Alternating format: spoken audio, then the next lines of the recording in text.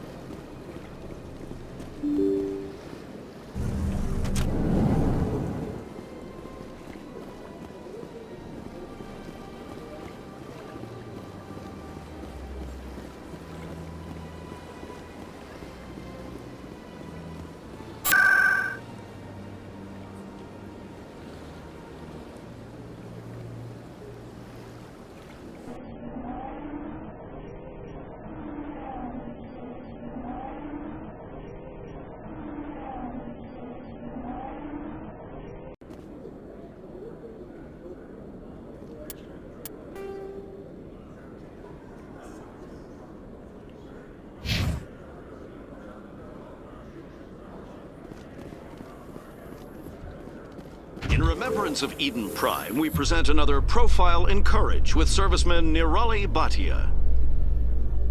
A devoted wife and talented chef.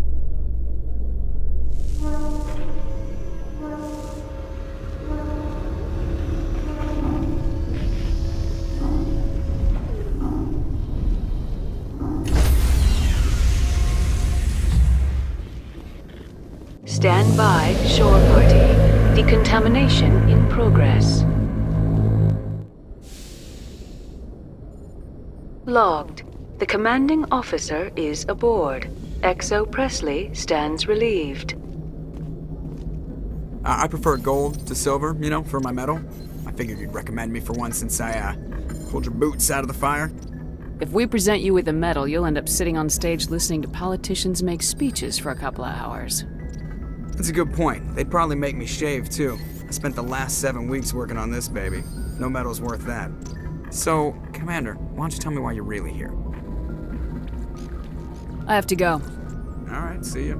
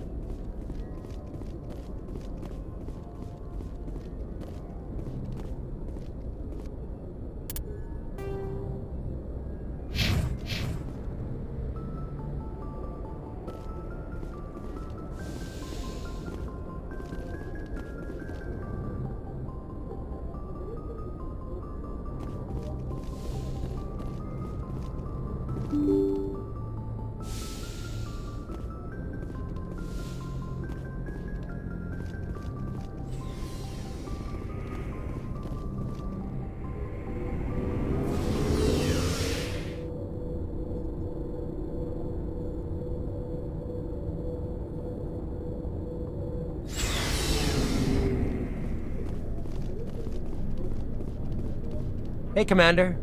Looking for some extra supplies before you head out? What have you got? Whatever you want. Armor, weapons, mods. It's not standard Alliance issue, but that's not necessarily a bad thing.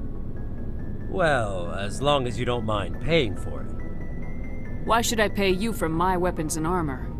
My stuff doesn't come from the Alliance. I have to purchase it myself, and it's not cheap. Hell, the licenses alone have set me back more than I'd like. But no licenses, no goods. Without the goods, I'm out of a job. Let's see what you got. You bet, Commander.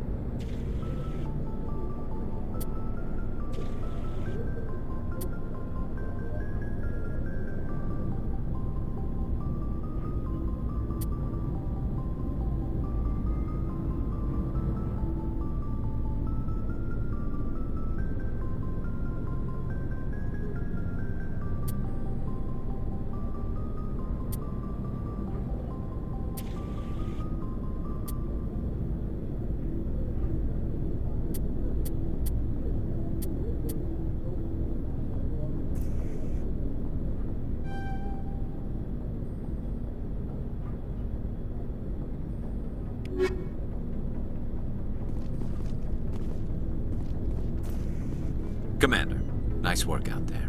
I knew working with the Spectre would be better than life at CSEC. Have you worked with the Spectre before? Well, no, but I know what they're like.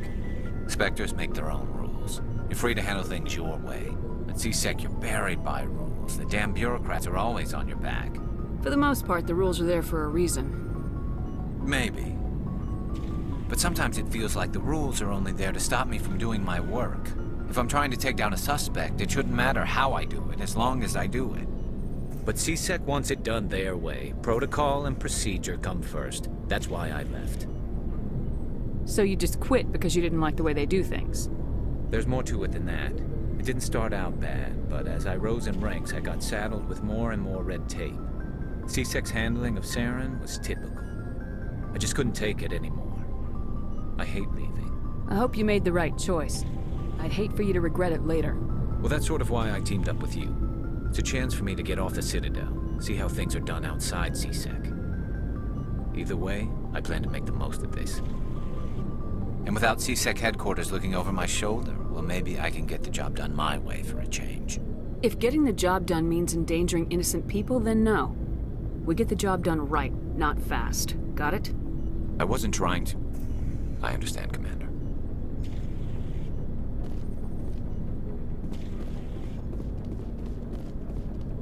Shepard, what can I do for you? What's your story, Rex? There's no story. Go ask the Quarian if you want stories. You Krogans live for centuries. Don't tell me you haven't had a few interesting adventures. Well, there was this one time the Turians almost wiped out our entire race. That was fun. I heard about that. You know, they almost did the same to us. It's not the same. It seems pretty much the same to me. So your people were infected with a genetic mutation? An infection that makes only a few in 1,000 children survive birth? And I suppose it's destroying your entire species? I suppose it isn't all the same. I don't expect you to understand, but don't compare humanity's fate with the Krogan. I was just making conversation. I wasn't trying to upset you. Your ignorance doesn't upset me, Shepard. As for the Krogan, I gave up on them long ago. The genophage infected us, but it's not what's killing us. So long, Rex. Shepard.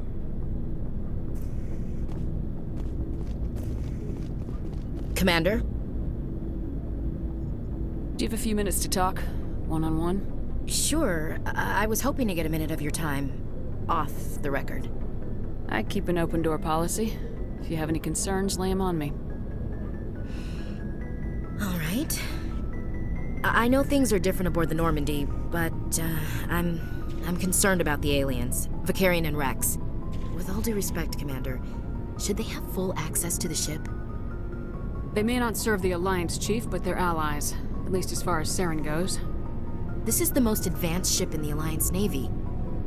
I don't think we should give them free rein to poke around the vital systems. Engines, sensors, weapons. That's enough, Chief. You always second-guess your superiors? Ma'am, no ma'am. I'm sorry, I was out of line. I'll get back to my duties, Commander.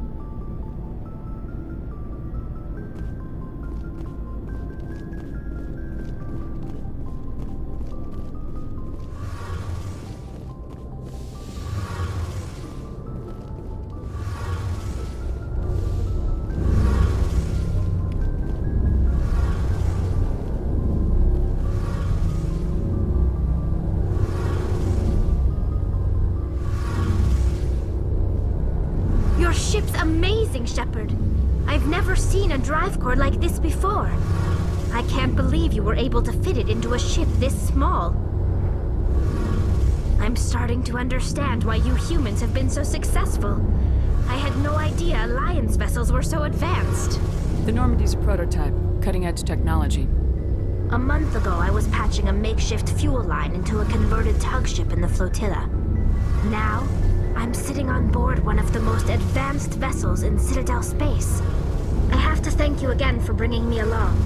Traveling on a vessel like this is a dream come true for me. I had no idea you found ship technology so interesting. It comes with being a Quarian. The migrant fleet is the key to the survival of my people. Ships are our most valuable resource. But we don't have anything like this. We make do with cast-offs and second-hand equipment. We just try to keep them running for as long as we can. Some of the fleet's larger vessels date all the way back to our original flight from the Geth. I can't believe your fleet's still using ships that are 3 centuries old. They're constantly being repaired, modified, and refitted. They aren't pretty, but they work. Mostly. We've tried to make ourselves as independent as possible on the flotilla. Grow our own food, mine, and process our own fuel. But some things we just can't make on our own. A patch to maintain the hull integrity requires raw materials we just don't have.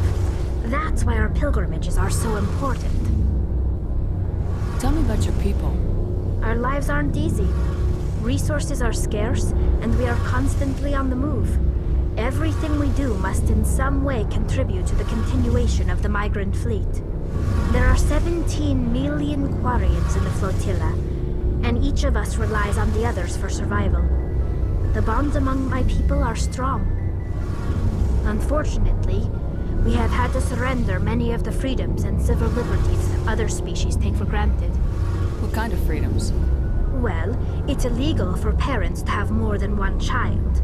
If our population grows too much, it would strain our resources to their breaking point. Of course, we also can't allow our numbers to become too few. If our population is in decline, the rule against single births is temporarily repealed. In extreme cases of population decline, incentives are even offered to encourage multiple births, though the Conclave hasn't had to take such measures in nearly a century. That's your government. The Conclave is our civilian branch of government. Each ship can elect a representative to serve on the Conclave and make decisions that affect the fleet as a whole. On matters that affect an individual ship, however, the captain has the final say. It's a tradition that dates back to the early days, when the fleet was governed by martial law. Fortunately, most captains nowadays are smart enough to have an elected council from their crew to give them advice and guidance. So the ultimate power rests with elected officials? In practice, the Conclave and the respective council for each ship tend to set the rules that govern our daily lives. But in theory, we are still under military jurisdiction. The 5 top-ranking military officials in the fleet serve on the Admiralty Board. These 5 have the power to overrule any decision by the Conclave in case of emergency. To do so requires unanimous agreement among the Admiralty, and they can only do this once. After that, the entire board must resign their posts. It's a safeguard that served us well. In nearly 3 centuries, the Admiralty Board has only overruled the Conclave 4 times. I want to know more about the Geth. I doubt I can tell you anything you don't already know. It's been almost 3 centuries since they drove my people into exile. All I know is the story of their origins, what they were when we created them, and how they turned on us. Interesting. The Geth were originally created to serve as an automated manual labor force. Initially, their intelligence was as limited as any VI. Over time, we made small modifications to their programming to allow them to perform more varied and complex tasks, bringing them closer and closer to true AI status. How come the council didn't step in and stop you? This wasn't true AI research. We may have been skirting the bounds of the law, but we never did anything that was actually illegal. The changes were so insignificant, so gradual, that we were able to control them. Or so we thought. But one thing we underestimated was the power of the neural network. A million Geth thinking simultaneously created an inherently unstable matrix. So the Geth share brainpower? Many of the Geth's logic systems were designed to work in concert with other nearby Geth. Basically, the more of them you have in the group, the smarter they are. So there's some sort of group consciousness? No, nothing like that. They cannot share sensory data or information. Their programming cannot handle that much simultaneous input. Each Geth maintains an individual awareness and identity. The neural network only operates on a process-based level. It's basically the synthetic equivalent of a subconscious. But when they're in close proximity, they can coordinate low-level functional processes, freeing up more capacity for original or independent thought. What made them rebel? As we built more and more Geth, their effective intelligence became more sophisticated, more abstract. One day, a Geth began to ask its Quarian overseer questions about the nature of its existence. Am I alive? Why am I here? What is my purpose? As you can imagine, this caused a near panic among my people. I don't see what's so bad about those questions. The Geth were created to engage in mundane, repetitive, or dangerous manual labor. That's fine for machines, but it won't satisfy a sentient being for long. The Geth were showing signs of rudimentary self-awareness and independent thought. If the Geth were intelligent, then we were essentially using them as slaves. It was inevitable the newly sentient Geth would rebel against their situation. We knew they would rise up against us, so we acted first. A general order went out across all Quarian-controlled systems to permanently deactivate all Geth. The Geth responded to this order violently. Hey, you can't blame them for fighting for their survival. We had no other choice. The Geth were already on the verge of revolution. By acting quickly, we had a chance to end the war before it began. The hope was that most of the Geth would still be little more than machines, incapable of organized resistance. But they had progressed much further than anyone anticipated. The war was long and bloody. Millions upon millions of Quarians died at their hands. In the end, we were forced to flee our own homeworld. We feared the Geth would pursue us, but they never came beyond the Veil. Now we drift through space, exile, searching for a way to reclaim what was once ours. I want to know more about the pilgrimage. When my people reach maturity, we leave our birth ships and seek acceptance with a new crew. It's necessary to maintain genetic diversity among the fleet. But no ship wants to accept someone who will be a burden on them. So, to prove our worth, we embark on a pilgrimage. We set out alone, leaving the flotilla and our families behind us. We only return once we have found something of value we can bring back to the fleet. This is presented as a gift to the captain of the respective ship we wish to join. If the gift is accepted, we are welcomed into the crew. Can a captain choose to reject the gift? That doesn't happen often. Most captains are eager to increase the size of their crew. It increases their own standing in our society. Even when the gift is not particularly valuable, the captain usually accepts it out of a sense of tradition. However, there is a stigma to presenting a substandard gift. It's not the best way to make a good impression on a new community. Most pilgrims don't return until they find something worthwhile.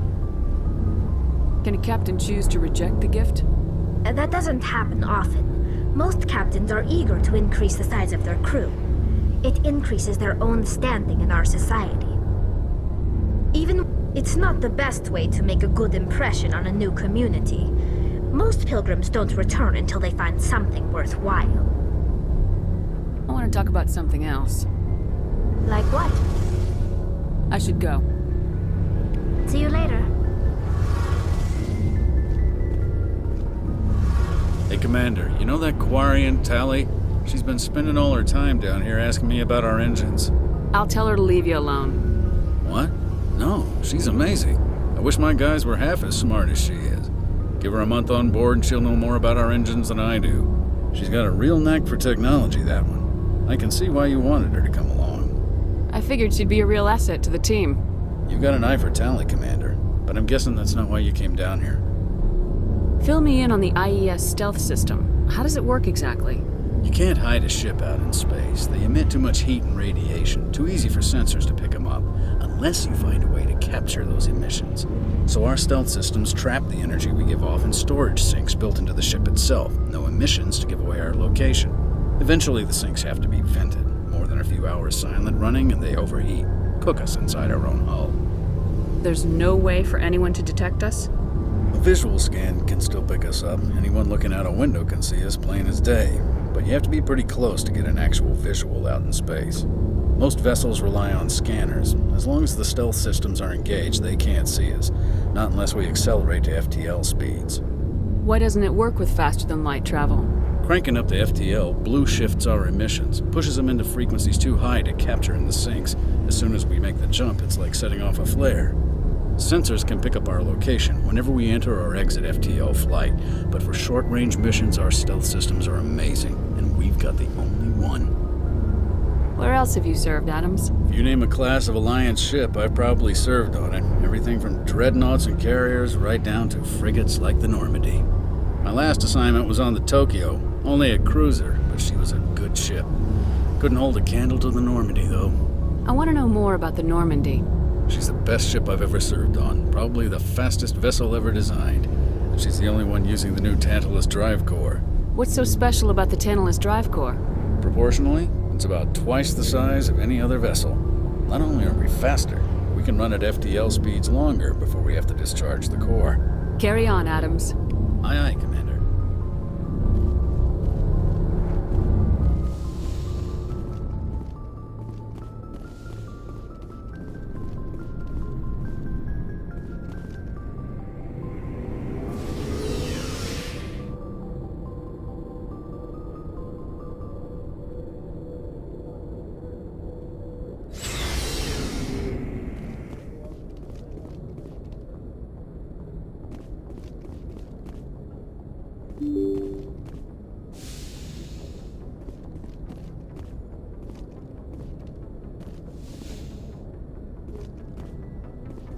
Message coming in.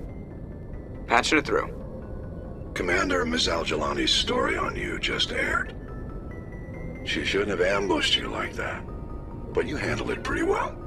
We had differences of opinion, sir. I hope she at least believed my sincerity. You handled yourself pretty well, Commander. She came across like a raving idiot. There is one other matter, however. The Citadel has been trying to play down Saren going rogue. It makes the Spectres look bad.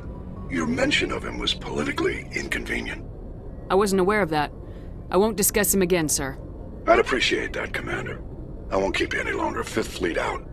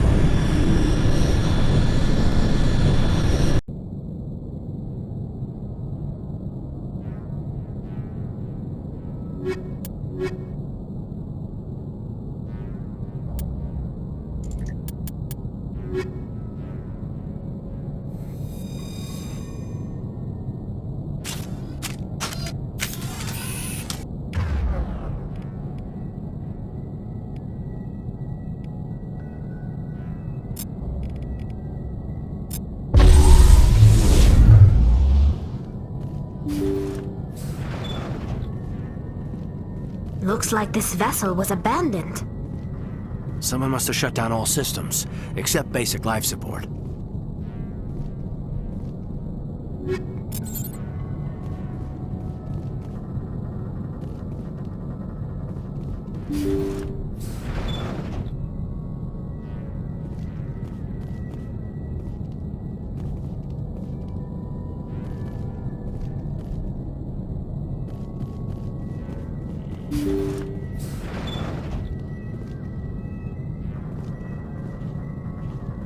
Did you hear that? Sounded like footsteps.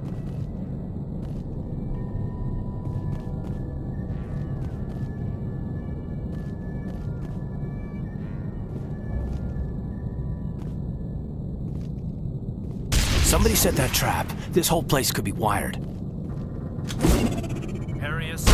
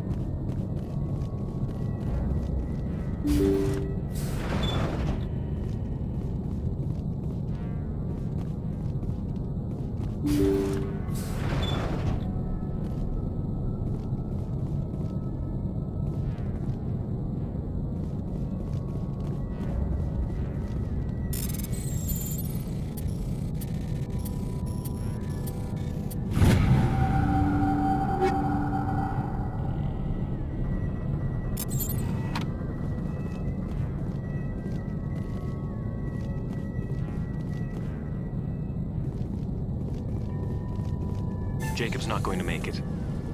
His brain was deprived of oxygen for too long. There's nothing any of us can do for him now except let him die with dignity. It's what he would want. I'm more worried about Julia now. She's showing signs of severe depression. I gave her some meds that should help, but I better warn the captain.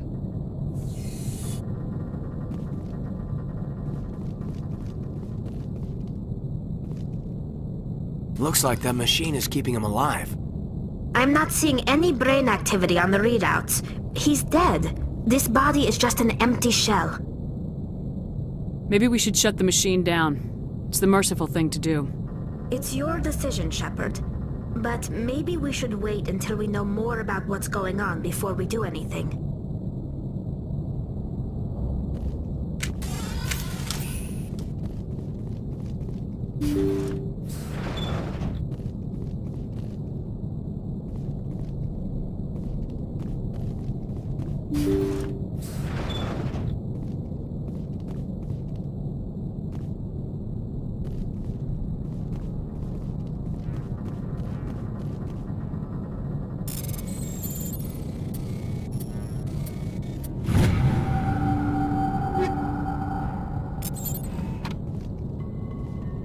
Jacob's gone.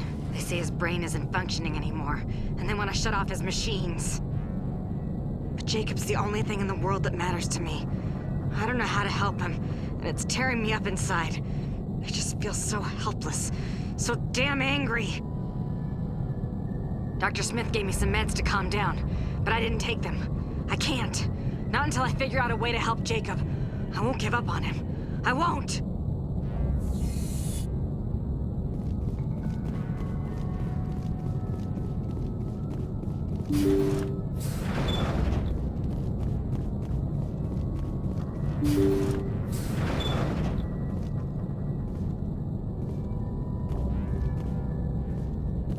Jacob is showing no signs of brain activity. There's nothing more we can do for him. He wouldn't want to be kept alive by machines, so we're going to disconnect the life support. Dr. Smith is worried about Julia's reaction, though. She can't seem to let Jacob go. The stress is making her implants flare up, causing intense migraines. It'll probably be easier for everyone if we don't tell her until after we shut the life support down. Give her a chance to... Julia, what are you doing here? Why are you...